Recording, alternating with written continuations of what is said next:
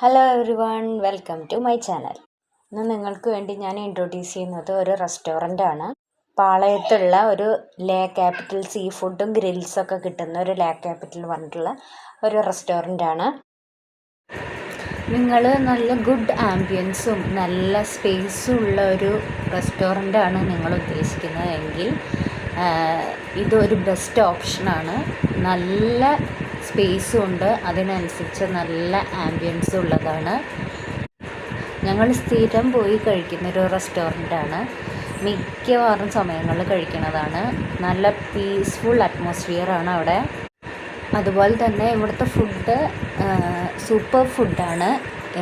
എപ്പോഴും ഞങ്ങൾ പോകുമ്പോൾ എപ്പോഴും ഞങ്ങൾക്ക് നല്ല അടിപൊളി ഫുഡാണ് കിട്ടാറ്. ഇവിടുത്തെ ഒരു ഹണി ചില്ലി അൽഫാമുണ്ട്, അത് എന്തായാലും മസ്റ്റ് ട്രൈ ആണ്. എന്തായാലും ഒന്ന് കഴിച്ച് നോക്കണം. നല്ല വെറൈറ്റി ഓഫ് ഫുഡ് ഉണ്ട് ഇവിടെ.